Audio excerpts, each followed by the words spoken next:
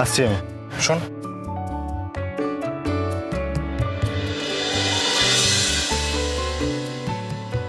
সাবধানে যাবি আর পৌঁছে খবর দিবি। এলাম। তবে এখন থেকে আমি আর আমার কোনো খবর তোদের কাউকে দেবো না। আমি একটু বিচ্ছিন্নভাবে থাকতে চাই। আমি চাই। মানে কথাটা কি মানে? যা বলার তুমি বললাম। আসছি।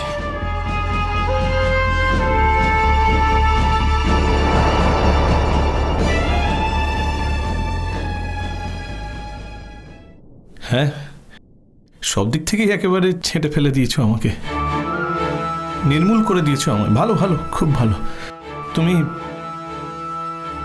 তুমি সাকসেসফুল গুড্ডি, তুমি সাকসেসফুল হয়েছো গুড্ডি। তুমি আমার জন্য একটু ঈশ্বরের কাছে প্রে করো না, যাতে যাতে আমিও তোমায় একেবারে সব দিক থেকে ছেঁটে ফেলে দিতে পারি।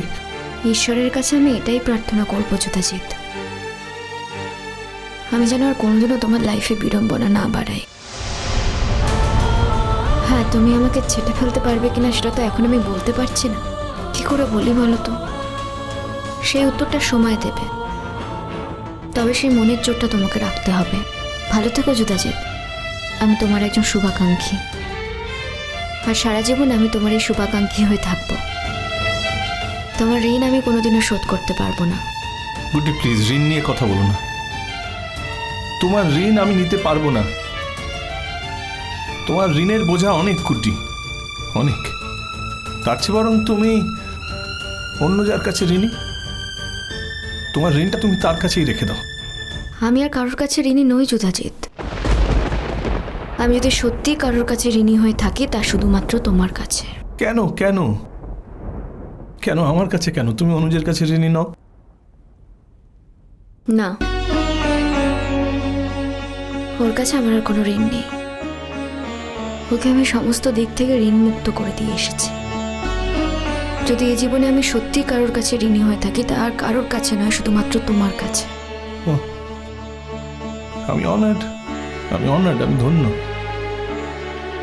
আমার জীবনটা ধন্য হয়ে গেল গুড্ডি। আমি জানি তুমি বিদ্রুপ করে এই কথাগুলো বললে, তো সে তুমি বলতেই পারো। আমার জীবনে যেটা সত্যি আমি সেটাই তোমাকে বললাম। আমি তোমার ভালোবাসা চেয়েছিলাম গুড্ডি, তোমার ঋণ চাইনি। আমি যেটুকু দিতে পেরেছি সেটুকুই বললাম। যা দিতে পারিনি তা নিয়ে মিথ্যে কষ্ট আমায় দিও না যুধাজিৎ। আমি আর কষ্ট পেতে চাই না। আসছে। এটা কি হলো? তুমি প্রণম্য। বাইরে হয়তো তোমাকে প্রণাম করতে পারি না, কিন্তু মনে মনে সবসময় তোমাকে প্রণাম করি। সেই এই প্রণাম যাকে করা যায় তাকে দূরেও সরিয়ে রাখা যায়। যাকে একদিক দিয়ে সুবিধাই বটে। ঠিক আছে, তুমি এসো, সাবধানে যেও। আমাকে তুমি ভুল বুঝো না। আমি তোমার ভালো চাই যুধাজিৎ। তোমার জীবন সুখের হলে আমি সব থেকে বেশি খুশি হব। ভালো থেকো।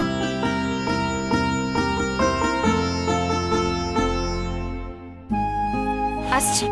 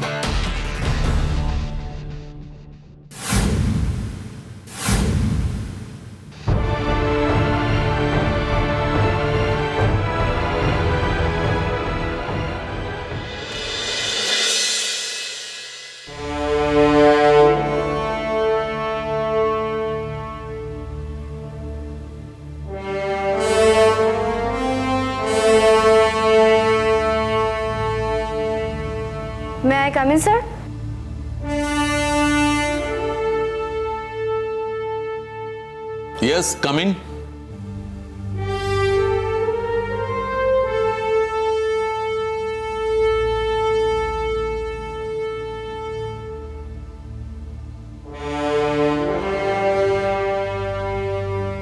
Please be seated. Thank you sir. Sir আপনি ইমার্জেন্সি কল করেছিলেন, আমি একটা রাউন্ডে ছিলাম তাই আসতে লেট হয়ে গেল। তোমার একটা বদলির অর্ডার আছে। Okay sir. তোমাকে রূপপুরে চার্জ দিতে হবে। রূপপুরে প্রবলেমটা তুমি জানো তো? ওখানে কি চলছে? প্রচুর ছেলে মেয়ে পাচার হয়ে যাচ্ছে, কোনো না কোনো কারণে মিসিং হচ্ছে। মস্ত বড় একটা র্যাকেট ওখানে কাজ করছে। তোমাকে এই ব্যাপারটা দেখতে হবে।